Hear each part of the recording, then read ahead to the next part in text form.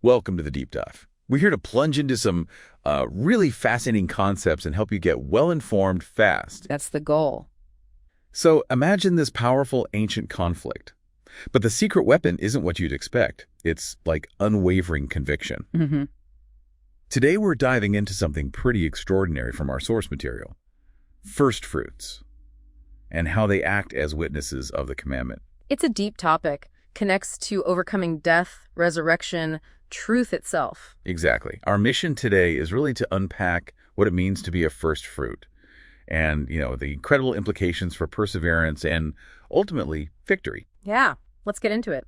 These sources, they describe first fruits as martyr witnesses. Martyr witnesses, okay. Individuals who stick to this core divine principle, the commandment, right up to the point of death. Wow, okay, so it's serious commitment. Absolutely. And their ultimate purpose, this is the key, is to prove that the commandment is true, and importantly, that it can be observed. So they prove it's possible. By overcoming death, by being part of the first resurrection, they show that this commitment, it leads to transformation. It leads to overcoming death itself. Okay, so they're like living proof, or, resurrected proof that this standard is achievable, even against death itself. That's a good way to put it. And when we talk about that kind of standard, the ultimate example in our research is Jesus Christ. Right, called the first fruit of those who sleep. Which means more than just the first to rise from the dead, doesn't it? It's like he's the inaugural example. Precisely. The first one to demonstrate this victory over death for humanity, setting that precedent you mentioned. Okay. His resurrection proves his sinlessness, according to the texts, and it sets the example.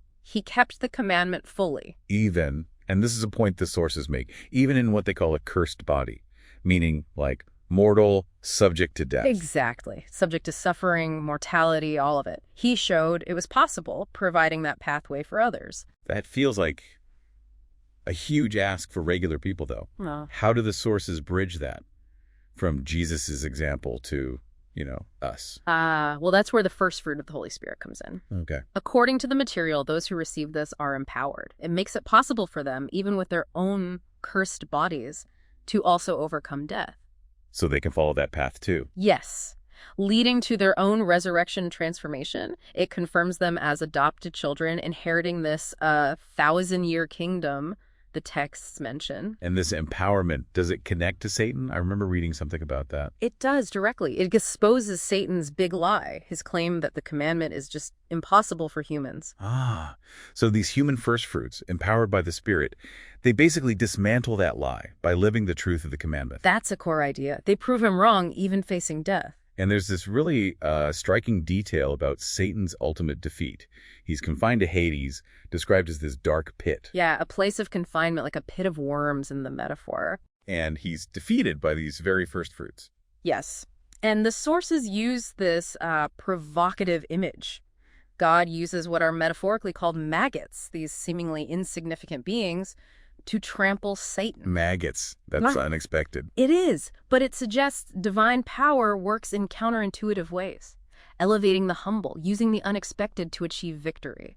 It challenges our whole idea of strength. That's powerful. So God's power isn't always about overwhelming force. Apparently not, according to these texts. It also ties into how some older laws or observances are viewed. Like the feasts, Sabbaths. Exactly, seen as symbolic pointers, kind of like written certificates of debt pointing towards Jesus. So temporary models. Right. Once the reality Jesus arrived, he absorbed those models. They weren't needed in the same way. Satan had kind of twisted those temporary laws, you see. Also. Claiming they proved humans couldn't really keep the core commandment. But the first fruits, by keeping it even unto death, prove that claim totally false. Okay, so it all fits together, and there's a progression mentioned, Yeah. right, with the Holy Spirit. Yes, a clear progression. First, the Spirit comes as early rain. This enables the first disciples to become these first fruits of the Holy Spirit. Setting the stage. Then later, the Spirit comes as late rain. This empowers a specific group, the 144,000. They're called the first fruits redeemed from among humanity. Different groups, different times. Tied to different festivals, actually. Yeah. Passover, Pentecost, Tabernacles.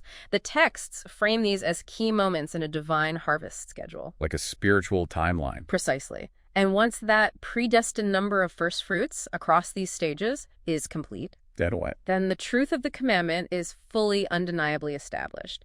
And that leads to the final judgment of Satan. Wow. Okay, so this deep dive, it's really revealed this incredible narrative. Commitment, victory over death, proving divine truth, all through these firstfruits. It's a journey from Jesus' example through empowered humanity to the final defeat of deception. It really is. So, wrapping this up, maybe the question for you listening is, what does this whole journey of the firstfruits mean for your understanding of real perseverance?